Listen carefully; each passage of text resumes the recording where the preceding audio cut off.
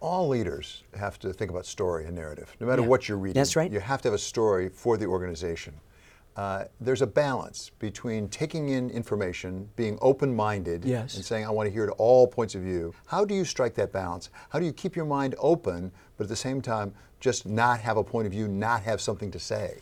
That is as smart a question that's ever been asked me. I'm not sure quite how to answer it. It's so in-depth and it's complicated. One of the things we've learned is to trust that process that I described. It's sometimes tough to stand there and not know, and permit that not knowing to obtain for a while until you can figure out a way to tell it. It's tough to say it's complicated and take that perfect scene and undo it and add something that does in fact diminish it from that perfection but makes it better, and it fits in with its brothers and sister scenes in that episode.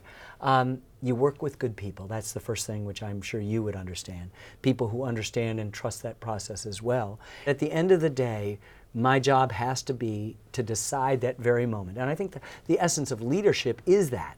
It is not so much the exertion of power as it is the timely exertion of it. And then we move up the kind of hierarchical ladder through the associate producers and the archivists and the assistant editors and up to the producers and myself to figure out what we're going to do. But it's valuable to listen.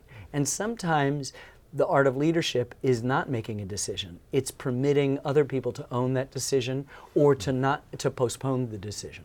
And then, of course, there's that time when you absolutely have to say, no, we're doing it this way. What part of no don't you understand?